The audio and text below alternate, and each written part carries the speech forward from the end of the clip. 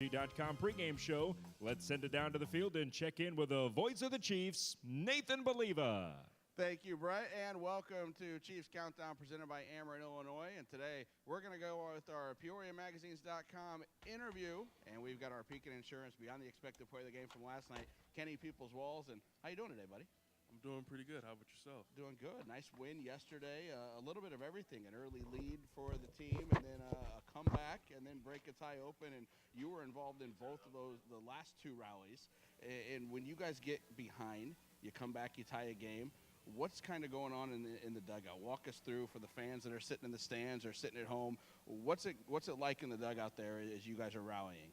Well, everybody it's calm before the storm, of course. And we're all, we know it's a long game, so we don't give up, and we know that we have to play all 9 innings, and anything can happen. And with our offense, it's really powerful, so any given moment, we can really break out. Your last 2 hits yesterday were very similar, right back up the box. The first one got into center field. The second one didn't, got a piece of the pitcher, and my microphone just died, so we'll share this one. All right. The first one got through to center field. The second one didn't, got a piece of the pitcher's leg, and you kind of had to beat it out as the third baseman made a play. When you're going back up the middle, is that kind of a good feeling? I mean, you're right on top of the ball as a hitter? Yeah, ultimately, I try to stay up the middle, so when I'm doing that, good things will happen. I know you talked about it with Chris yesterday on the radio side as we get you on back-to-back days on these interviews, but a transition for you from shortstop to outfield. I want to go both ways. What's been maybe the easiest or the best part of the transition, and what's been the toughest part of that transition? The reads have definitely been the toughest part, just getting used to the ball off the bat, because it's a little different when guys are crushing the ball in the outfield compared to the ground balls. But and the game is a little bit slower out there, which I don't mind at all, but you still have to be ready for every single pitch and every single play. So I like it. I'm enjoying myself. You played outfield at all, Little League, high school, anywhere before they approached you with that? Yeah, in Little League, I started playing outfield before I started playing infield. So I started in the outfield, went to shortstop, and now I'm back in the outfield. Shortstop, that seems, in Little League, high school, we're just going to always put the best guy there at shortstop. Everybody starts there and then moves away from that, don't they? Yeah, it sounds about right. For you, being from L.A., I know you still wearing sleeves, even though we're in the 60s here, and I joked with Matthew about it last week. Is it nice having Matthew Young here and a couple of L.A. guys to hang around? You guys can kind of complain about the 60 degrees being cold together, huh? Oh, yeah, definitely. I've known Matthew for a couple of years now, so this cold, it was definitely a shock to us. But now that it's warming up, it feels nice. It feels just like L.A. right now. Just like L.A.? But it might, it rains here occasionally. You guys don't get rain. We don't get rain. You're right about that. Growing up for you and being around baseball, what was that like? You grew up a Dodgers fan, an Angels fan. Growing up in Southern California for you, talk to me about your baseball fandom as a youth. Definitely grew up as a Dodgers fan, being like from the city. So that was a team I watched growing up most of the time. Now, obviously, all Cardinals. What's it been like being a part of the Cardinal Nation now for a couple years and a high draft pick for you, but getting to be around all the Cardinals fans in Jupiter and the Major League side, the minor league side, and being in the Midwest with Johnson City last year and now here? It's great. I love all the Cardinal fans. Like, they have a really strong fan base, and the organization is the best. So I'm really blessed to be a part of it. You guys get to see a little bit of everything in spring training. I know the major leaguers are right there and working with you guys. We talk about you in the outfield. Who did you get some advice from? Were you around guys like Willie McGee as part of the organization, and obviously Derek May now here is the hitting coordinator, and he's in for the week. Who kind of helped you with that transition and has been around you? Everybody definitely, but I got a lot of sound advice from Willie McGee because he really knows his stuff. So I really picked his brain a little bit and learned a lot about reads and different type of things to help me get better. When you get a Cardinals Hall of Famer, it's a pretty good guy to get some advice from, isn't it? Oh, most definitely. I know he'll be around a little bit. What's it like for you guys as the players when these Rovers and the, I guess in Willie's position, the assistant to the GM, when those guys come in, what's it like for you guys? Ultimately, we go about our business the same way, I mean, there's always people watching. So, I mean, if you take it the same way, every day, then you're good. You guys like to have a lot of fun, and I think from being around you guys for about a month now, I think that comes from your manager and the rest of your coaching staff. They keep things light and have a lot of fun and look like it on the road trip. What is it about this crew and about your leaders, I guess, that lends to having fun and making it more of a game than a job? Well, it definitely feels that way because Cruz is very laid back, and it's really good because it keeps everybody loose on the team. So I think it's really good for all of us. You guys all kind of joke around with each other and have some fun, whether it's dancing around in a Waffle House at 1 a.m. or just cracking jokes on the bus. Who's kind of the I don't want to say class clown, but who's kind of the fun guy in the clubhouse that you guys all kind of take your cues from?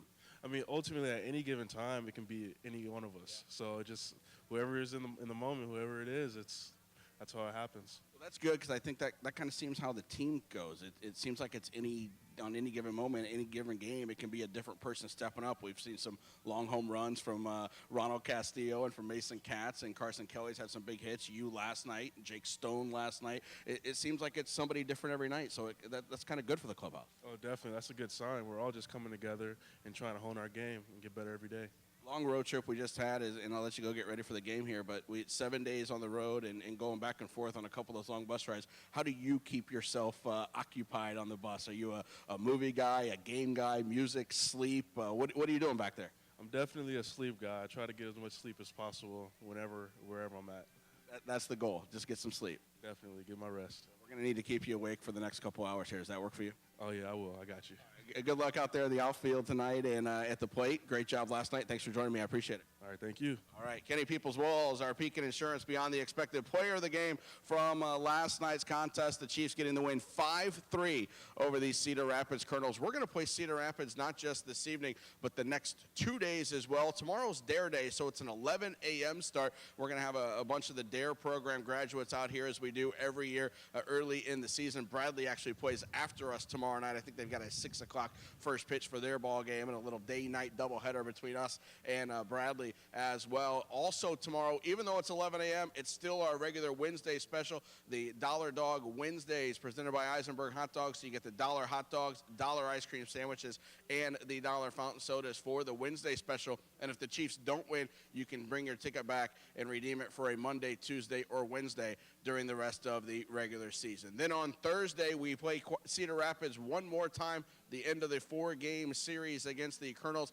And on Thursday, it's college night. It's also Thirsty Thursday, so dollar draft beers, the 12-ounce draft beers and fountain sodas on Thursday. And college night, so those with the valid college ID get a $3 ticket. And we encourage all the fans coming to the game on Thursday to wear their apparel, hat, shirt, whatever you want, jersey of your favorite college, and wear that out here on Thursday. Be part of the college night with us. Quad Cities is going to come down the road. The Commuter Series as we take on the River Bandits Friday, Saturday, and Sunday, the defending champions here in the Midwest League, and the Astros, Houston Astros affiliate. Friday is 6:30, and then we're going to finish off this homestand with a pair of day games. So Saturday, 1 o'clock as we play Quad Cities. It's hockey day here at the ballpark, and you can get a $5 ticket on Saturday if you wear the hockey jersey of your choice, Blues, Blackhawks, Rivermen, whatever favorite team you've got out there for the NHL or any hockey team as well. Wear that out here for hockey night. Get the $5 ticket on Saturday. Also on Saturday, it's our first giveaway, the Oyo Sports Toys.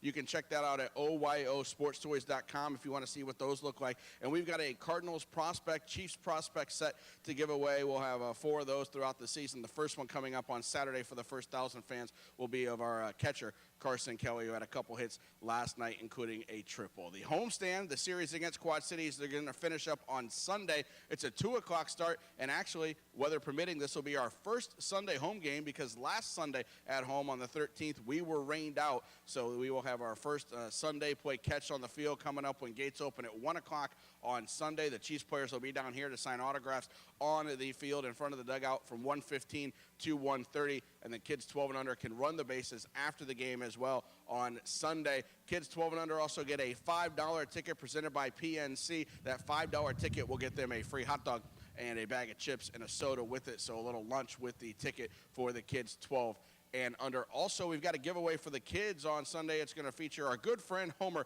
It's a Homer growth chart that's presented by CityLink, so we'll have those out here on Sunday to give away to the first 1,000 kids 12 and under on Sunday to wrap up the homestand. Then we're going to go on the road. We'll actually see the Cedar Rapids team again when we go on the road next week and play Beloit first, and then Cedar Rapids on that 7-day road trip. We thank you for coming out and spending your Tuesday night with us. We hope to see you back throughout the rest of the series. Remember, 11 a.m. tomorrow, 6:30 Thursday and Friday, and then day games on the weekend, 1 o'clock Saturday, 2 o'clock Sunday, and you can get your tickets. Before you leave tonight, go say hi to Ryan and his friends out in the box office. Also, make sure you stop in, say hi to Paige in the Firehouse Team Store. Check out some of the deals in there with the new merchandise here in 2014. Like I said, thanks for spending your Tuesday with us. Sit back, relax, have some fun with our promo crew, and most importantly, cheer the Chiefs on to a big win as they try to win again tonight, get a second in a row against Cedar Rapids. But we thank you for paying attention to the Chiefs Countdown presented by Ameren Illinois here on the pregame show at Dozer Park.